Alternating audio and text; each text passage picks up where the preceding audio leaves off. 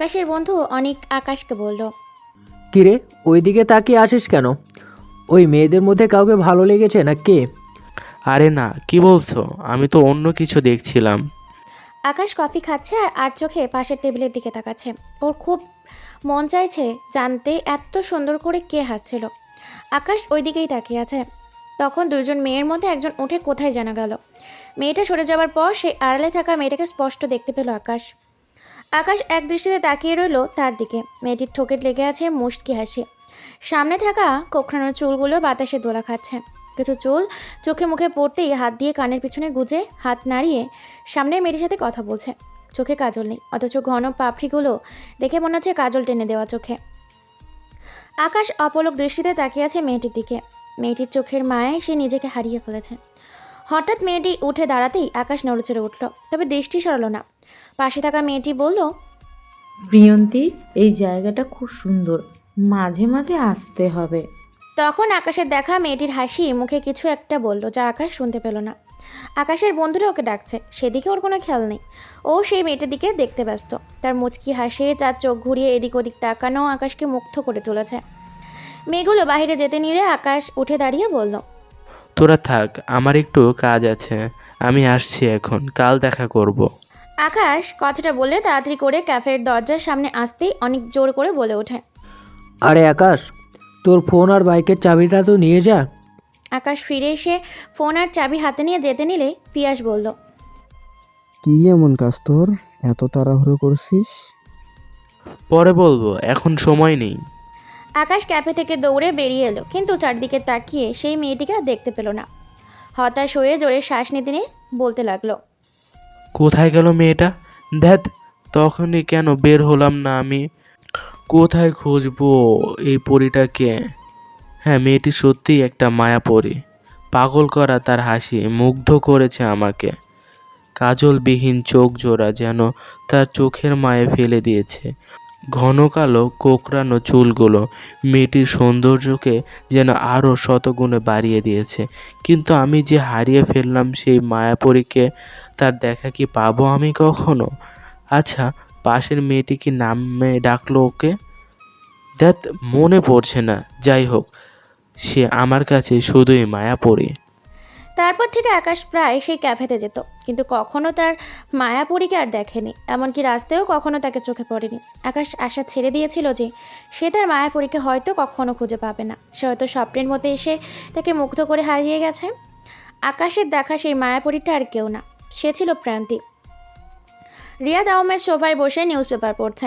তার রোজকার অভ্যেস সকালে নিউজ পেপার পড়া। প্রিয়ন্তী চা এনে রিয়াদ সাহেবকে বলল, বাবা, আপনার চা। বৌমা, তোমার কোনো প্রবলেম হচ্ছে না তো এ বাড়িতে? প্রবলেম আর কি, সবই ঠিক আছে। প্রবলেম তো একটাই, আপনার ছেলে। প্রিয়ন্তী মনে মনে কথাটা বলে মৃদু হেসে বলল। না বাবা, আমার কোনো প্রবলেম হচ্ছে না। রিয়াদ আহমেদ একটা স্বস্তির নিঃশ্বাস ফেলে বলল, আমি জানি বৌমা, তোমার কোনো প্রবলেম হবে না।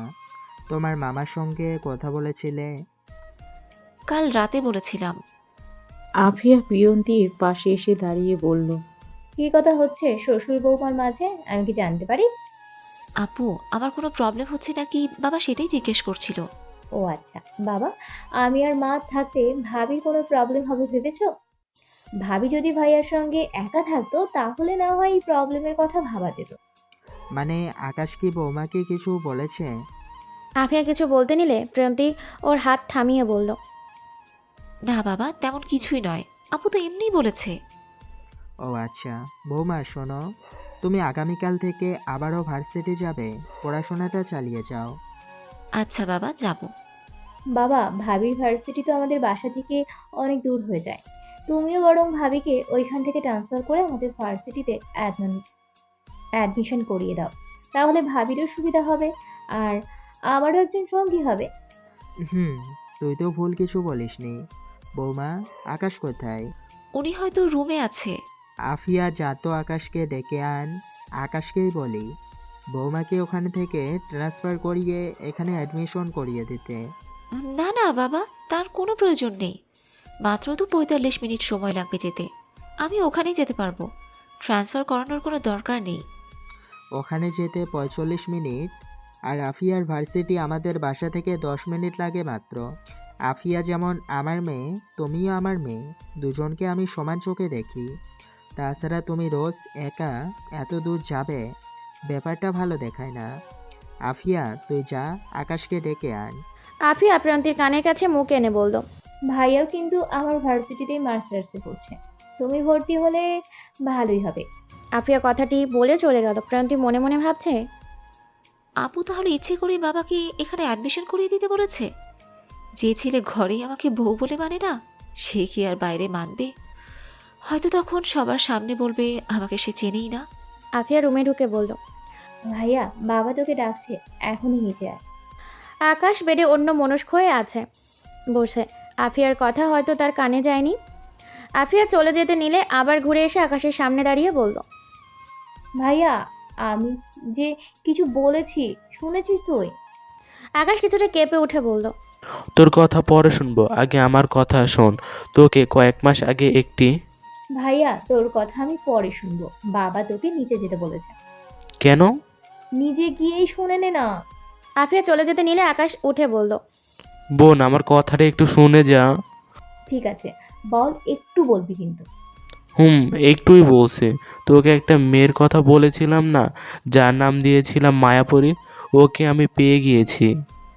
আফিয়া কোমরে হাত দিয়ে বলল, ভাইয়া, তোর এখন বউ আছে, আর তুই সেই অচেনা অচেনা মায়াপুরীকে নিয়ে পড়ে আছিস। এমনিতে তো ভাবিকে মেনে নিসনি, এখন তোর মুখে অন্য মেয়ের কথা শুনলে ভাবি কতটা কষ্ট পাবে ভেবে দেখেছিস? ভাবির মতো এমন একটা বউ পেয়েছিস, এটা তোর ভাগ্য। আফিয়া, আমার পুরো কথাটা তো শোন আগে। আমি যার কথা বলছি সেই... শুনবো না, তোর কোনো কথাই আমি শুনবো না, আমি গেলাম। আফিয়া চলে গেলে আকাশ কপালে হাত রেখে বলল, দেখ, এই মেয়েটাও না আমার পুরো কথা না শুনে উল্টো আমাকে কথা শুনিয়ে চলে গেল। আকাশের বাবা মা দুইজনে বসে কথা বলছে আর আকাশ এসে বলল, বাবা, তুমি আমাকে ডেকেছিলে? হ্যাঁ, তোর কি আজ এবং আগামী 2 দিনে কোনো কাজ আছে? অবশ্য তোর বিশেষ কোনো কাজ নেই জানি, যদিও থাকে তা ক্যান্সেল করবি। আকাশের মা বলল, তোমার ছেলের আর কি কাজ থাকবে? ওর প্রধান কাজ তো বন্ধুদের সাথে আড্ডা দেওয়া। আকাশ কিছু বলতে নিলে ওর বাবাও বলে উঠল, বন্ধুদের সাথে আড্ডা দেওয়াটা কমা আকাশ। শুনলাম কালও অনেকবার রাতে বাড়িতে ফিরেছিস। ভদ্র ঘরের ছেলেমেয়েরা বেশি রাত করে বাড়িতে ফেরে না, এটা নিশ্চয় তোর অজানা নয়। যাই হোক, আসল কোথায় আসি। আমি ভাবছি বৌমা পড়াশোনাটা চালিয়ে যাক, কিন্তু এখানে থেকে ওর যাতায়াতের সমস্যা হবে। ওকে তোদের ভার্সিটিতে অ্যাডমিশন করাতে চাইছি, এখান থেকে কাছেই, আর আফিয়ার সাথে বৌমা যাওয়া আসা করতে পারবে। আমি চাইছি বৌমাকে ওর ভার্সিটি থেকে ট্রান্সফার করে এখানে অ্যাডমিশন করানোর সব কিছু তুই করবি, পারবি তো? আকাশের চোখ দুটো কেমন উজ্জ্বল হয়ে উঠল। কিছু না ভেবেই বলে দিল, হ্যাঁ বাবা, আমি পারবো। আকাশের মা হাঁ করে তাকালো ছেলের দিকে। উনি হয়তো ভাবেননি আকাশ বিনা বাক্যে হ্যাঁ বলে দিবে। প্রিয়ন্তী পেছনেই দাঁড়িয়েছিল। আকাশকে এইভাবে রাজি হওয়াতে অবাক হলো প্রিয়ন্তী। ও ভেবেছিল আকাশ হয়তো বলবে আমি পারবো না, ওই মেয়ের জন্য কিছু কমতে। প্রিয়ন্তী পরক্ষণে আবার মনে মনে বলল, ধ্যাত, এত অবাক হবার কি আছে? এই আকাশ আহমেদ যে তার বাবা মায়ের সামনে জিরো, এইটা ভুলে যাচ্ছি কেন? প্রিয়ন্তী রেডি হয়ে বসে আছে, অথচ আকাশের কোনো খবর নেই। প্রিয়ন্তী আবিবার রুমে গেল আকাশকে ফোন দিতে বলার জন্য। আপু আসবো? আফিয়া হিজাব বাঁধতে বাঁধতে বলল, আরে ভাবি, তুমি এসো এসো, আমার রুমে আসতে অনুমতি লাগে নাকি? তোমার যখন ইচ্ছে হবে চলে আসবে। আচ্ছা আপু, আসবো। আপু, তুমি কোথাও যাচ্ছ? হ্যাঁ, ভার্সিটিতে যাব, ইম্পর্টেন্ট ক্লাস আছে। ভাবি, তোমাকে তো ড্রেস পরে খুব সুন্দর লাগছে, আর হিজাবে তো মাশাআল্লাহ আরো বেশি সুন্দর লাগছে তোমাকে। কোথাও যাবে নাকি? বাবা বললো না তোমার ভাইয়াকে আমার ভার্সিটি থেকে ট্রান্সফার করিয়ে এখানে অ্যাডমিশন করাতে, তাই তো আমার ভাইয়া রুমে এসে বলল রেডি হতে, ভার্সিটিতে যেতে হবে নাকি, আজই ট্রান্সফার করানোর ব্যবস্থা করবে। বাবা ভাইয়াকে দায়িত্ব দিল আর সে রাজি হয়ে গেল, তাও আবার তোমার ব্যাপারে। এই যে বোঝা যাচ্ছে আমার ভাইয়া একটু হলেও তোমার প্রতি দুর্বল হয়েছে। আর হবে নাই বা কেন? আমার এত সুইট ভাবিকে দেখে হয়তো আমার ভাইয়া সত্যিই প্রেমে পড়েছে। আপু, তুমি বাড়িয়ে বলছো, আমি মোটেও এত সুইট নই। তোমার ভাইয়া আমার প্রেমে পড়বে? ইম্পসিবল। আর দুর্বল হওয়া তো দূরের কথা, সে তো আমার দিকে ভালো করে তাকাই না। তোমার ভাইয়া যা করছে বাবা মার মন রাখার জন্যই করছে। আফিয়া প্রিয়ন্তীর গালে হাত রেখে বলল, আমি জানি ভাবি তোমার খারাপ লাগে, জানো তো ধৈর্যের ফল মিঠা হয়। ধৈর্য রাখো, দেখবে সব ঠিক হয়ে যাবে। ভাইয়া আসলে একটা মোহে আটকে আছে, আর সেটা কেটে গেলে ভাইয়া তোমাকেই বউয়ের মর্যাদা দেবে, এটা আমার বিশ্বাস। কিসের মোহ আপু? আরে না, তেমন কিছু নয় ভাবি। এখন আমাকে বের হতে হবে, তোমরাও আর দেরি করো না, বেরিয়ে পড়ো। আপু তোমার ভাইয়া কোথায় সেটাই তো জানি না, তুমি একটু ফোন দিয়ে দেখো না। আমি তোমাকে ফোন দিতে বলার জন্যই এসেছিলাম। তোমার কাছে ভাইয়ের নাম্বার নেই? আসলে আপু আমার ফোনটা আমি মামিকে দিয়ে এসেছি, আমার কাছে ফোন নেই। আফিয়া হেসে আকাশের নাম্বারে ডায়াল করে বলল, ভাবি তুমি সত্যি অনেক ভালো, নাও কথা বলো। না না, তুমি জিজ্ঞেস করো উনি কোথায় আছে। আমি কেন, তুমি কথা বলো, রিসিভ করেছে। প্রিয়ন্তী কানের কাছে ফোন নিতেই ওপাশ থেকে বলে উঠল, হ্যালো বোন, বল। আমি প্রিয়ন্তী, আপনি কোথায়? আমি তো তখন থেকে রেডি হয়ে বসে আছি। আকাশ একটু চুপ থেকে বলল, নিচে এসে দাঁড়াও, আসছি আমি। আচ্ছা। প্রিয়ন্তী আফিফার ফোন দিলে আফিফা বাই বলে বেরিয়ে গেল। প্রিয়ন্তী রুমে গিয়ে ব্যাগ নিয়ে আকাশের মাকে বলে গেটের সামনে এসে দাঁড়ালো।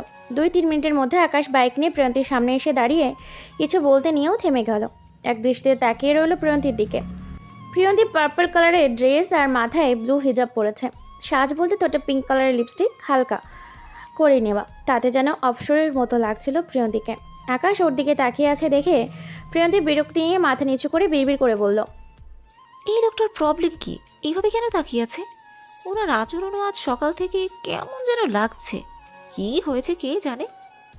গাড়ির শব্দ শুনে আকাশের হুঁশ এলো। প্রিয়ন্তী তখনও মাথা নিচু করে দাঁড়িয়ে আছে।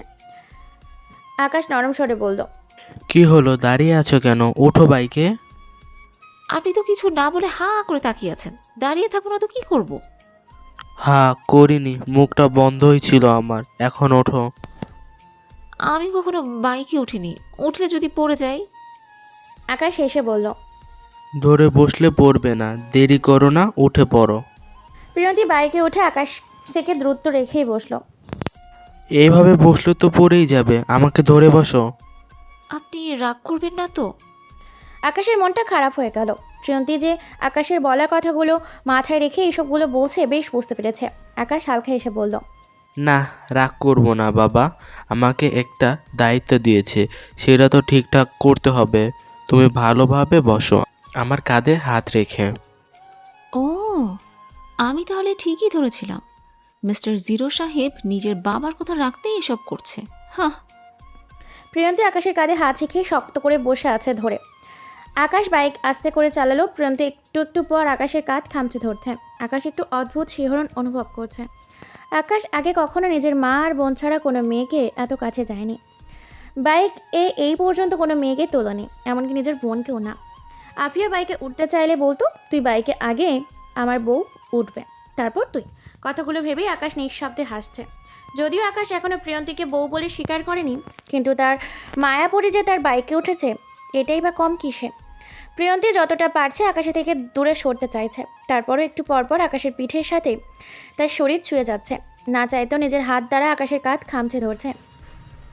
প্রিয়ন্তী ভেবেছিল আকাশ হয়তো রেগে যাবে, কিন্তু না, আকাশ চুপচাপ বাইক চালাচ্ছে। প্রিয়ন্তী মনে বাইকে ওঠার আগে যে ভয়টা ছিল এখন আর তেমন ভয় লাগছে না, বরং আকাশের এত কাছ থেকে নিজেকে সেফ মনে হচ্ছে। কেমন যেন একটা ভালো লাগা অনুভব করছে আকাশের প্রতি, যার একটু গত 2 দিনে অনুভব করেনি প্রিয়ন্তী। প্রিয়ন্তীর সাথে থেকে আকাশ ওর ট্রান্সফার করার সব ব্যবস্থা করে ওকে নিয়ে বাড়িতে এলো। রাত 9:33। আকাশ তখন বাড়িতে ফিরেছে। আকাশের মা অবাক হয়ে তাকিয়ে আছে ছেলের দিকে। মা, আমার দিকে এমন অবাক চোখে তাকিয়ে আছো কেন? অবাক হব না? তুই আজ এত তাড়াতাড়ি বাড়িতে এসেছিস। যে ছেলে রাত 10:30টার আগে বাড়িতে আসতো না, সে আজ 10টার আগে এসেছে, ভাবা যায়? মা, তোমার প্রবলেম কি বলো তো? দেরি করে ফিরলেও কথা শোনাও, আবার আজ তাড়াতাড়ি ফিরেছি তাও এসব বলছো। ঠিক আছে, আমি কাল থেকে আবারও দেরি করে ফিরবো। না বাবা, আমি আর কিছু বলবো না। তুই আজকের মতো রোজই তাড়াতাড়ি বাড়িতে আসবি, কেমন? আকাশ আর কিছু বলল না। উপরে যেতে নিলে আফিয়া এসে সামনে দাঁড়ালো। আকাশ কপাল কুঁচকে বলল, কি হলো, সামনে দাঁড়ালি কেন? মায়ের মতো তুইও কি তাড়াতাড়ি ফেরা নিয়ে কথা শোনাবি? মা তো তাড়াতাড়ি ফেরার কারণটা জানে না, আমি জানি, তাই এ বিষয়ে কিছু বলবো না। এখন বল, তোর হাতে এই প্যাকেটটা কিসের, আর কি আছে এতে? আকাশ ভুরু কুচকে বলল, এই প্যাকেটটা কিসের তোর না জানলেও চলবে, তুই কারণ জানিস সেটা বল। কারণ আর কি, আমার একমাত্র ভাই আর একমাত্র বউ মানে আমার সুইট ভাবি, তার জন্য তুই তাড়াতাড়ি ফিরেছিস। ঠিক বলেছি তাই না? আকাশ আফিয়ার মাথায় চাটি মেরে বলল, তুইও যেমন তোর ভাবনাগুলোও তেমন, তবে তোর এই ভাবনাটা একেবারে ফেলে দেওয়ার মতো নয়। আকাশ উপরে উঠতে গেলে আফিয়া ওর মায়ের কাছে গিয়ে গলা জড়িয়ে বলল, মা, বুঝলে কিছু? হুম, কিছুটা বুঝেছি। আমরা প্রিয়ন্তীকে বউ করে নিয়ে ভুল করিনি। প্রিয়ন্তী ব্যালকনিতে দাঁড়িয়েছিল। রুমে কারো আসার শব্দ পেয়ে রুমে এসে দেখলো আকাশ এসেছে। প্রিয়ন্তী এগিয়ে কিছু বলবে তার আগে আকাশ বলল, প্লিজ তুমি অন্তত জানতে চেও না এত তাড়াতাড়ি কেন ফিরলাম? নাও, এটা তোমার জন্য এনেছি। আকাশ প্রিয়ন্তীর দিকে প্যাকেটটা এগিয়ে দিয়ে প্রিয়ন্তী ওটার দিকে তাকিয়ে আছে। কি আছে এতে? নিজেই খুলে কিছু দেখো। বলছিস না কেন? মন প্রিয়ন্তী খারাপ তো? প্যাকেটটা খুলে আকাশ কিছু বলেছে? কয়েক সেকেন্ডে ওটার দিকে তুই চেয়ে কেমন আসছে। কথা বলছিস? খুললো, আমি- ভেতরে থাকা বক্সটা দেখে প্রিয়ন্তী বড় বড় চোখ করে বলল, এ তো মোবাইল ফোন। কার এটা? বললাম তো তোমার জন্য এনেছি, তার মানে তোমার এটা। প্রিয়ন্তীর চোখ জোড়া আগের চেয়েও আরো বড় হয়ে গেল। একবার বক্সটার দিকে তাকাচ্ছে আর একবার আকাশের দিকে। আকাশ মুচকি এসে বলল, চোখ দুটো তো বেরিয়ে আসবে, এভাবে দেখার কি আছে? না মানে আপনি আমাকে হঠাৎ ফোন এনে দিলেন কেন? এটা আপনিই রাখুন, আমার লাগবে না। চুপ, বেশি কথা বলো না। তোমার ফোন নেই তাই নিয়ে আসলাম। সব সময় মায়ের ফোন বা অফিসিয়াল ফোন নিতে তোমার হয়তো ভালো লাগবে না। তাছাড়া তুমি ভার্সিটিতে যাবে, আসবে, কখন কি হয় বলা যায় না। ফোন থাকলে অনেক সুবিধা হবে। এখন থেকে এটাই ব্যবহার করবে। ফোন আমি সিম সেটিং করে দিয়েছি। বাবা মা, আফিয়া আর আমার নাম্বারটাও সেভ করে দিয়েছি। তুমি তোমার ফ্যামিলিতে যারা আছে তাদের নাম্বার সেভ করে নিও। আর একটা কথা, বাইরের কাউকে নাম্বার দেবে না, ক্লোজ ফ্রেন্ড ছাড়া। আকাশ ওর কথা শেষ করে ওয়াশরুম গেল। এদিকে প্রিয়ন্তী যেন নিজের চোখেই বিশ্বাস করতে পারছে না। সবটা স্বপ্নের মতো লাগছে। আকাশের বিহেভিয়ারটা ওর মাথার ওপর দিয়ে যাচ্ছে। বিয়ের রাতে প্রিয়ন্তী যে আকাশকে দেখেছিল তার সাথে এই আকাশের কোনো মিল খুঁজে পাচ্ছে না প্রিয়ন্তী। প্রিয়ন্তী নিজে নিজেই বলতে লাগলো, যে ছেলে আমার যোগ্যতা নিয়ে কথা বলেছে, আমাকে কখনো মানবে না বলেছে, সে এত ভালো ব্যবহার কি করে করছে আমার সাথে? আমি তো তাকে ফোনের কথাও বলিনি, তাহলে হঠাৎ নিউ ফোন এনে দিল কেন? আমার মাথায় তো কিছুই আসছে না। আসবে বা কী করে? বিয়ের প্রথম দুদিন আমার ছায়াও দেখতে পারতো না, আর আজ সকাল থেকেই তার উল্টোটা হচ্ছে। আল্লাহ জানে কি চলছে এই আকাশের মাথায়। রাতে ডিনার করে এসে আকাশ বেডে বসে ল্যাপটপে কিছু করছে। প্রিয়ন্তী চুপচাপ গিয়ে সোফায় বসে পড়ল। আকাশ আর চোখে প্রিয়ন্তীর দিকে তাকিয়ে বলল, ফোনটা যেভাবে দিয়েছি ওইভাবেই রেখে দিয়েছো। বক্সটা খুলতে তো পারতে, নাকি আমার দেওয়া কিছু নেবে না তুমি? প্রিয়ন্তী আকাশের দিকে তাকিয়ে বলল, কেন নিব না? অবশ্যই নিব। এখন তো কোনো দরকার নেই, তাই বের করে নিই। আর শুনুন, আপনি দিয়েছেন এতে আমার কোনো প্রবলেম নেই। আপনি আমাকে বউ বলে না মানতেই পারেন, তবে আমি আপনাকে ঠিকই বর বলে মানি। আর আমি শুনেছি বর কিছু দিলে তা ফিরিয়ে দিতে নেই।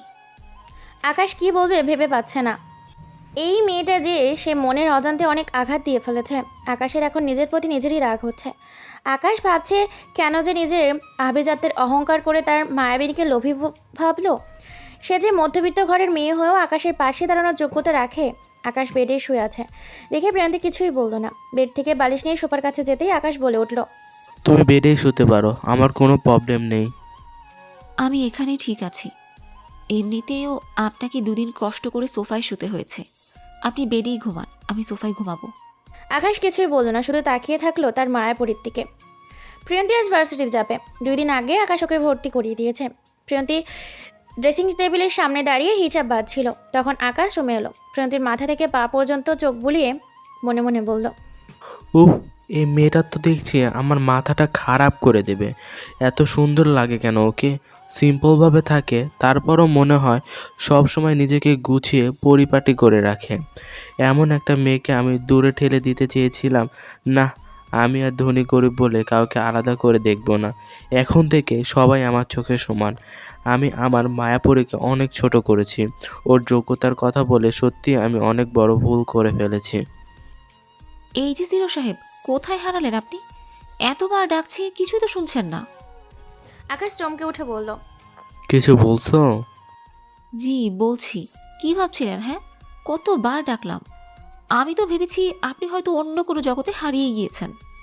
হ্যাঁ, হারিয়েছিলাম তো আমার মায়াপরীর জগতে। কি? এই মায়াবরীটা আবার কে? সময় হলেই জানতে পারবে। তুমি রেডি তো? বৌমা, আফিয়া এক হয়তো সপ্তাহের নিচে বেশি হলো অপেক্ষা করছে। তুমি এ বাড়ি হ্যাঁ, আমি রেডি, চলুন। প্রিয়ন্তী আগে বেরিয়ে যেতে নিলে আকাশ নরম সুরে পেছন থেকে ডেকে উঠল। প্রিয়ন্তী। প্রিয়ন্তী চমকে উঠল এই প্রথম আকাশের মুখে নিজের নাম শুনে। প্রিয়ন্তী আকাশের দিকে ঘুরে জিজ্ঞাসা দৃষ্টিতে তাকালো। আকাশ মৃদু হেসে বলল, আমার একটা আবদার ছিল, রাখবে? কি আবদার বলুন? তোমার হিজাবটা খুলে চুলগুলো ছেড়ে দাও, ঠিক আগে যেমন চুল ছেড়ে থাকতে। আগে চুল ছেড়ে থাকতাম, আপনি সেটা কি করে জানলেন? আমি তো এমনি বলেছি, হয়তো বা থাকতে, তাই বললাম। প্লিজ আজকের মতো চুল ছেড়ে দাও, কাল থেকে রেগুলার হিজাব পরবে। প্রিয়ন্তী কথা বাড়ল না। ওর খুব ইচ্ছে করছে আকাশের আবদারটা রাখতে। শুধু তো চুলগুলোই ছেড়ে দিতে বলেছে, এটা তো কঠিন কিছু নয়। প্রিয়ন্তী বিয়ের আগে মাঝে মাঝে হিসাব পড়তো শখ করে। বিয়ের পরে নতুন মানুষ, নতুন জায়গা, এখানে তো নিজের মতো চলা যাবে না। তাছাড়া আফিয়া এই বাড়ির মেয়ে হয়ে হিজাব ছাড়া বের হয় না। প্রিয়ন্তী বাড়ির বউ হয়ে হিজাব ছাড়া বের হবে, এটা ভালো দেখায় না। তাই প্রিয়ন্তী হিজাব পরতে শুরু করেছে। প্রিয়ন্তী হিজাব খুলে বাঁধা চুলগুলো ছেড়ে দিতেই তার অভদ্র চুলগুলো পিঠে কোমর ছাড়িয়ে পড়ল। আকাশ মুগ্ধ হয়ে চেয়ে আছে সেই চুলের দিকে। প্রিয়ন্তী আকাশের সামনে আসতেই আকাশ মুচকি এসে বলল, চুল ছেড়ে দিয়ে অনেক সুন্দর লাগছে তোমাকে। প্রিয়ন্তী একটু লজ্জা পাওয়ার ভঙ্গিতে বলল, কেন? হিজাব পরে কি খারাপ দেখায় আমাকে? উফ, একটুও খারাপ দেখায় না। হিজাব পরা অবস্থায় তোমাকে পবিত্র লাগে দেখতে। তুমি কাল থেকে আবারও হিজাব পরেই বের হবে। আকাশ, প্রিয়ন্তী, আফিফা একসাথেই ভার্সিটিতে যাচ্ছে। আফিয়া না থাকলে আকাশ প্রিয়ন্তীকে নিয়ে বাইকেই যেত। তিনজন তো যাওয়া যাবে না, তাই নিজেদের গাড়িতেই যাচ্ছে। আকাশ ড্রাইভারের পাশের সিটে বসেছে, প্রিয়ন্তী আর আফিয়া পেছনে। আফিয়া আজ হিজাব খুলে চুল ছেড়ে দিয়েছে। আফিয়াকেও সুন্দর লাগছে চুল ছেড়ে। ওরা চুলগুলো একদম সিল্কি, তবে বেশি বড় নয়। আকাশ একটু পরপর ঘাড় ঘুরিয়ে পেছনে তাকিয়ে তার মায়াপরীকে দেখছে। বাতাসে প্রিয়ন্তীর চুলগুলো এলোমেলো হয়ে যাচ্ছে। সামনের কাটা চুলগুলো চোখে মুখে আছড়ে পড়ছে। প্রিয়ন্তী বিরক্তির সাথে চোখ মুখের ওপর আসা চুলগুলো ছড়িয়ে নিচ্ছে। আকাশের খুব হাসি পাচ্ছিল প্রিয়ন্তীর বিরক্তি মাখা মুখটা দেখে। ওর খুব ইচ্ছে করছিল নিজের হাতে তার মায়াপরীর এলোপেলো অবাধ্য চুলগুলো কানের পেছনে গুঁজে দিতে। ভার্সিটির সামনে এসে আফিয়া, প্রিয়ন্তী আর আকাশ ভেতরে ঢুকলো। একটু সামনে এগোতেই অনেক দৌড়ে এসে ওদের সামনে দাঁড়ালো। আকাশ হেসে বলল, কি রে, এভাবে দৌড়ে এলি কেন? আমার তো উড়ে আসতে মন চাইছিল, তোদের দেখে ডিপার্টমেন্টের 2 তলা থেকে দৌড়ে এলাম। অনেক আর চোখে আফিয়ার দিকে তাকিয়ে কথাগুলো বলল। বলেই হাঁপাচ্ছে। আকাশ বলল, আমাদের কি আগে কখনো দেখিসনি যে 2 তলা থেকে তোর উড়ে আসতে মন চাইলো? দেখেছি রে দোষ, তবে এমন রূপে আগে কখনো দেখিনি। আমার যে হার্টবিট সেকেন্ডে সেকেন্ডে কেঁপে উঠছে। আকাশ অনেকের কথা বুঝতে না পেরে বলল, তোর মাথা হয়তো ঠিক নেই, কি বলছিস এইসব? তোর মুখে তো আগে এই ধরনের কথা শুনিনি কখনো। আফিয়া অনেকের দিকে তাকিয়ে বিরক্তি নিয়ে বলল, ভাইয়া, তুই তোর মাথা খারাপ বন্ধুকে সামলা, আমরা গেলাম। অনেক আফিয়ার দিকে তাকিয়ে বলল, আমার মারা ঠিক আছে, হৃদয়টা ঠিক নেই, বুঝছো? এই হৃদয়টা কোনো এক রমণীকে দেখে থমকে গিয়েছে। প্রিয়ন্তী কিছুই বলছে না, নীরব দর্শক হয়ে ওদের দিকে দেখছে। অনেকের চোখ প্রিয়ন্তীর দিকে পড়তেই আফিয়া বলল, এটা কি তোমার নিউ ফ্রেন্ড? ভাবি, প্রথম দিন ক্লাস করতে কেমন লাগছে? প্রপোজ করবেন? আকাশ প্রিয়ন্তী দুজনেই আফিয়ার দিকে তাকালো। অনেক মুচকি এসে বলল, আমার ভালো লাগাটা অন্য কেউ, অনেক আগে থেকেই তাকে ভালো লাগে। মেবি ভালোবাসে তাকে, আর আজ তো তাকে দেখে আরও ভালো লাগে ছেড়ে। সো আমি ডানে বামে না তাকিয়ে সামনের দিকে শুধু তাকাতে চাই। আকাশ একটু হলেও ভেবে নিয়েছিল অনেক হয়তো প্রান্তিকে দেখে এসব বলছে, কিন্তু এখন অনেকের কথা শুনে আকাশ স্বস্তির নিঃশ্বাস ফেলে বলল, অনেক, তোর পাগলামোগুলো পরে দেখব, এখন থাম। আফিয়া, তুই তোর ক্লাসে চলে যা, আমি প্রিয়ন্তীকে ওর ডিপার্টমেন্ট দেখিয়ে দিব। প্রান্তি আফিয়ার হাত ধরে বলল, না, আপুও যাবে আমার সঙ্গে। আকাশ বুঝতে পারছে প্রিয়ন্তীর কিছুটা নার্ভাস লাগছে। নতুন ভার্সিটি, নতুন পরিবেশ, একটু তো নার্ভাস লাগবেই। আকাশ প্রিয়ন্তীকে বলল, প্রিয়ন্তী, আফিয়া তো ইংলিশ ডিপার্টমেন্ট, ওই সামনের বিল্ডিংটার 2 তলা ওর ক্লাস হয়। আর তোমার ডিপার্টমেন্ট আরও ভেতরে, ওই দিকে যেতে হবে না, আমি তোমাকে দেখিয়ে দেব। আকাশ প্রিয়ন্তীকে নিয়ে অ্যাকাউন্টিং ডিপার্টমেন্টের সামনে এলো, সাথে অনেকেও এসেছে। আকাশ বলল, 3 তলায় অ্যাকাউন্টিং ডিপার্টমেন্টে যেতে পারবে তো, নাকি দিয়ে আসতে হবে? আমি বাচ্চা নাকি, হ্যাঁ, যে হাত ধরে ক্লাসে দিয়ে আসবেন? আমি একাই যেতে পারবো। আচ্ছা শোনো, আমি ক্যাম্পাসেই আছি, ক্লাস শেষ হলে ফোন দেবে আমাকে। আর শোনো, একদম নার্ভাস হবে না, কেমন? প্রিয়ন্তী মুচকি এসে বলল। আমাকে নিয়ে এত ভাবতে হবে না, আসছি। প্রিয়ন্তী চলে যেতেই অনেক সন্দেহের দৃষ্টিতে বলল, কাহিনী কী রে? কে এই মেয়েটি? আমি তো সেটাই জানতে চাই, তোর কাহিনী কি? কাকে দেখে তোর হার্টবিট সেকেন্ডে সেকেন্ডে কাঁপছিল? আকাশ, আমার কথা ছাড়, আগে বল মেয়েটিকে। তুই এত কেয়ার করছিলি কেন ওকে? আমি তো ভেবেছিলাম আরিফার বান্ধবী হয়তো, পরে তো দেখলাম মেয়েটি। ওকে আপু বলবো, বলো না ওকেও। বলবো, শুনে কোনো রকম রিয়াক্ট করবি না তো? আরে বল তো আগে। ওর নাম প্রিয়ন্তী, ও সেই অচেনা মায়াপরী। ওই যে ক্যাফেতে যে মেয়েকে দেখে আমি তার চোখের মায়া হারিয়ে গিয়েছিলাম, এটাই আমার সেই মায়াপরী। ও, এই তাহলে তোর সেই মায়া পড়ে তোর চয়েস আসে বলতে হবে। যাক, ভালোই হয়েছে, এত খুঁজে অবশেষে ওকে পেয়েছিস তুই। বাট এটা তো খারাপ কিছু নয়, তুই রিয়েক্ট করার কথা কেন বললে? এর পরের কথাটা শুনলে চমকাবি তুই। যাই হোক, কোনো রিয়াক্ট করিস না প্লিজ। আসলে তোদের কাউকে বলা হয়নি, আমি গত সপ্তাহে বিয়ে করেছি, আর ওই মায়াপরীটাই আমার বউ। অনেক চোখ বড় বড় করে আকাশের দিকে তাকিয়ে আছে। আকাশ বলল, এই নিয়ে কথা বাড়াস না দোস্ত, সব কিছু খুব তাড়াতাড়ি হয়ে গেছে, আমি তোকে সবটা বলছি।